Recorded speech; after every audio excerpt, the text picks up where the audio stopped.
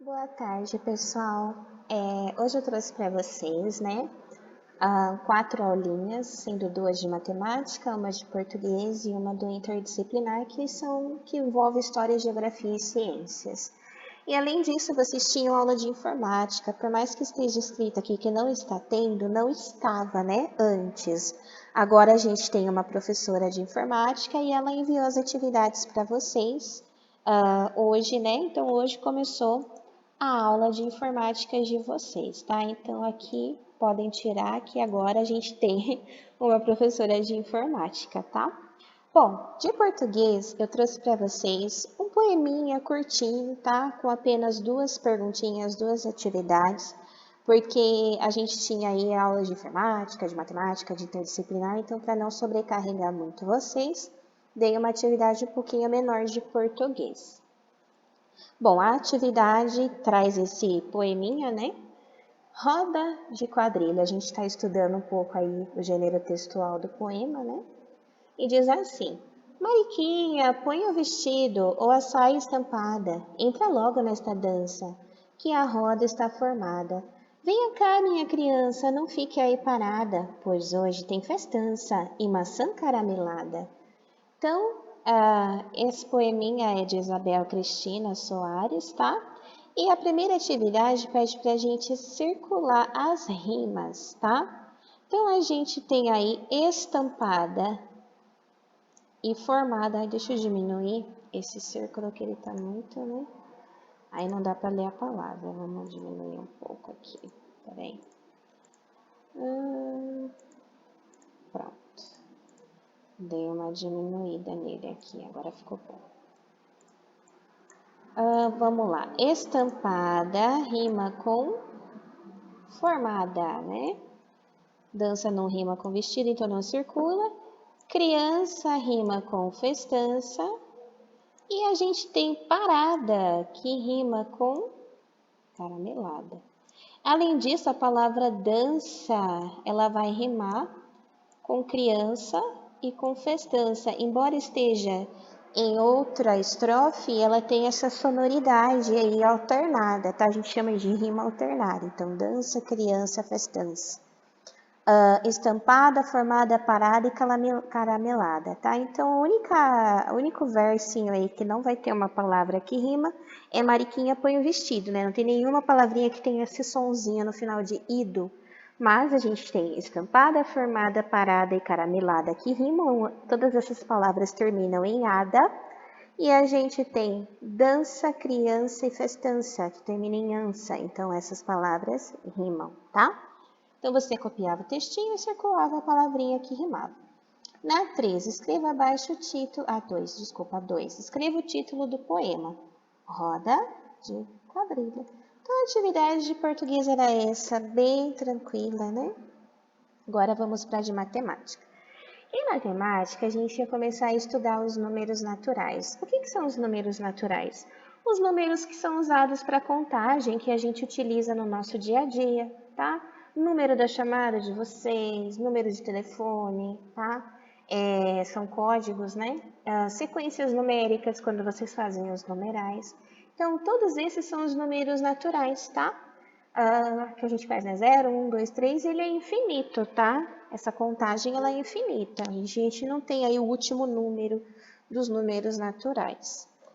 Os algarismos, eles são os símbolos que representam os números. A gente tem 10 dígitos, né? 10 algarismos, que são 0, 1, 2, 3, 4, 5, 6, 7, 8 e 9.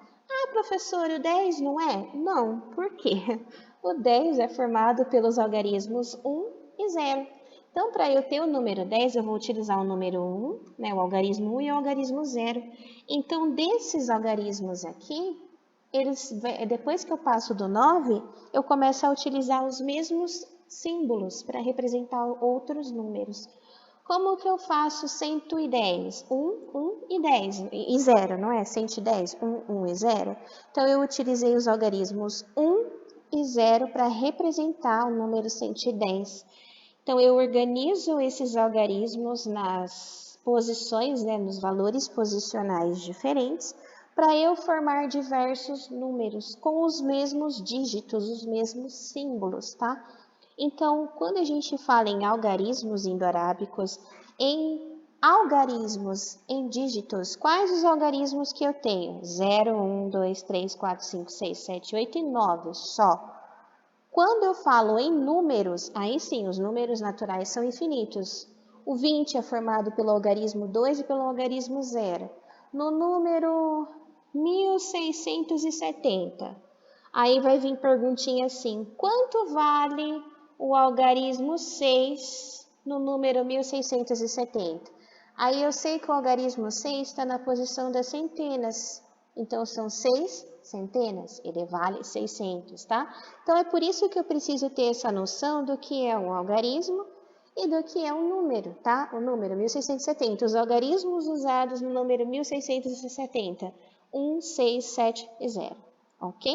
E aí eu coloquei no exemplo para vocês aqui, né, o número 2 e 3. Com o número não, os algarismos 2 e 3. Com os algarismos 2 e 3, eu consigo formar os números 23, né, e o 32. Eles não são formados com os mesmos algarismos? Mas o 23 é igual ao 32? Não, eles são valores diferentes. E por que que eles são diferentes? Porque o algarismo 2 e o algarismo 3 estão em casas diferentes, em ordens diferentes. Centena, dezena e unidade são as casinhas, as ordens que eu tenho, tá bom? Bom, nas atividades aqui a gente tinha que fazer o seguinte, então, utilizando esses números, né? Aí eu tenho esse número aí, né? O 341.926.825. É assim que eu leio esse número, tá? Responda as questões abaixo. Ele é formado por quantos algarismos? Vamos contar. 1, 2, 3, 4, 5, 6, 7, 8, 9. Então, ele possui 9 algarismos, tá?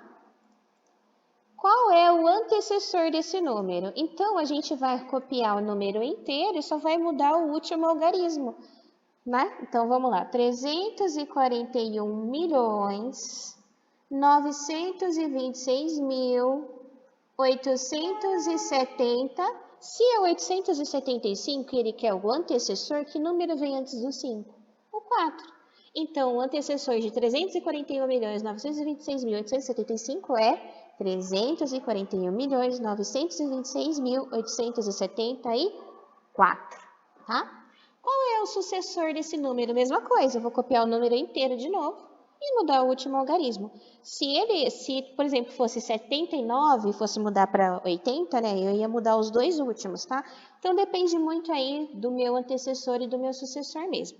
No caso desse número, é 341.926.876, né? O que vem depois do sucessor é o que vem depois, né? O que vem depois do 6, do 5 é o 6, tá? Qual é o menor algarismo? Então, a gente tem o algarismo 0, 1, 2, 3, 4, 5, 6, 7, 8, 9. Desses que aparece nesse número, qual é o menor? É o 1, né? A gente vê que não tem o 0 aqui. Então, o menor algarismo que aparece aí é o algarismo 1, tá? Algarismo 1 é o menor de todos. Qual é o maior algarismo? O maior algarismo que vai aparecer aí, tá? Nossa, eu voltei na lição de ontem, peraí. Que voltou sozinho, ó. Vamos lá. Nesse número que eu tenho, tá? O menor algarismo, o maior algarismo que vai aparecer é o 9, do 926 mil, tá? Ele não tá pedindo valor posicional, tá? Ele tá pedindo o algarismo, o símbolo que representa aí, né? O maior aí seria o algarismo 9, tá? Se ele me pedisse o valor posicional maior, seria o 300 milhões, tá? Aí seria o algarismo 3, que representaria 300 milhões, tá? Quais algarismos são pares? Então, nesse número, quais os algarismos que são pares? O 4, o 2 e o 8, tá? E o 6.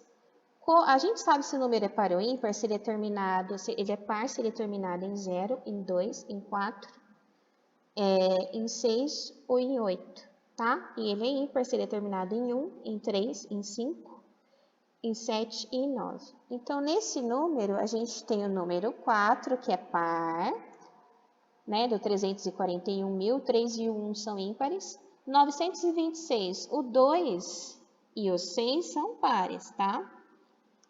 926.875, do 875, o 8, que é um algarismo par, tá? Então, esses que são os algarismos pares, tá bom? Bem, essa foi a atividade de matemática, então, envolvia mais aí a disposição de vocês de estarem aí fazendo, registrando no caderno o conteúdo certinho, tá? É importante que vocês tenham um registro no caderno desses conteúdos, tá bom? E aí fica tranquilo, organizadinho. E agora a gente vai para o interdisciplinar, essa parte que é mais de ciências, tá? A gente começou a estudar ontem, né, sobre a rotação e a translação, então a gente vai continuar nessa pegada aí de estudo, né, do planeta Terra no sistema solar e os giros, tá? Nesse conteúdo aí de ciências. Então, rodopiando eu vou. A Terra rodopia, rodopia, me levando também, girando, dando voltas sobre si mesmo. Acontecendo o movimento de rotação. Rodopiando pelo mundo com a Terra, eu giro sem parar. Rodopiando mais além, eu giro em torno do Sol. Acontecendo o movimento de translação, no embalo do gira, gira, vou passando no rodopiar das plantas nesse imenso espaço em movimentos sem parar. Então é um textinho que fala, né, sobre uma parte científica aí do planeta Terra, mas ele está em forma de poema, tá? De acordo com o poema Rodopiando eu vou, na segunda estrofe, tá? Qual que é a segunda estrofe? Essa daqui, tá? Na segunda estrofe, a que movimento da Terra a autora se refere? Então, dando voltas sobre si mesma. Quando a Terra gira em torno dela mesma, é um movimento de rotação, né? A translação é em volta do Sol e a rotação é em volta dela mesma. E na quinta estrofe? Aí a quinta estrofe. 1, 2, 3, 4, 5. Rodopiando mais além, eu giro em torno do Sol. Em torno do Sol, o movimento se chama translação, tá bom? E aqui na 3 era para a gente colocar verdadeiro ou falso, tá? A Terra leva 24 horas para realizar uma volta completa em torno de seu eixo. Então, para ela dar uma volta nela mesma, ela leva um dia? Verdadeiro, né? Rotação é o movimento que a Terra realiza ao redor do Sol. Falso, tá? O movimento que ela realiza ao redor do Sol se chama translação. O movimento de translação é responsável pela sucessão de dias e noites. Não, tá? O movimento que faz a gente ter o dia e a noite, que é o que leva 24 horas para ser realizado, é a rotação. Então, também é falso. O movimento de rotação é responsável pelas estações do ano, tá? Não é, a gente não muda de estação a cada 24 horas, a gente muda de estação de acordo com o passar dos meses, tá? Então esse movimento que a Terra ela faz aí em volta do Sol, que marca o equinócio e o solstício, né? É que vai dar origem às estações do ano, tá? Então essa informação também é falsa. O movimento de rotação não é responsável pelas estações do ano, é responsável pelos dias e pelas noites. Translação é o movimento que a Terra realiza ao redor do Sol, verdadeiro, né? A translação, esse movimento, tá? E assim a gente chega no final das atividades de hoje, né? No interdisciplinar também. Então, façam a correção certinho das atividades e qualquer dúvida é só mandar para mim. Um beijo. Tchau!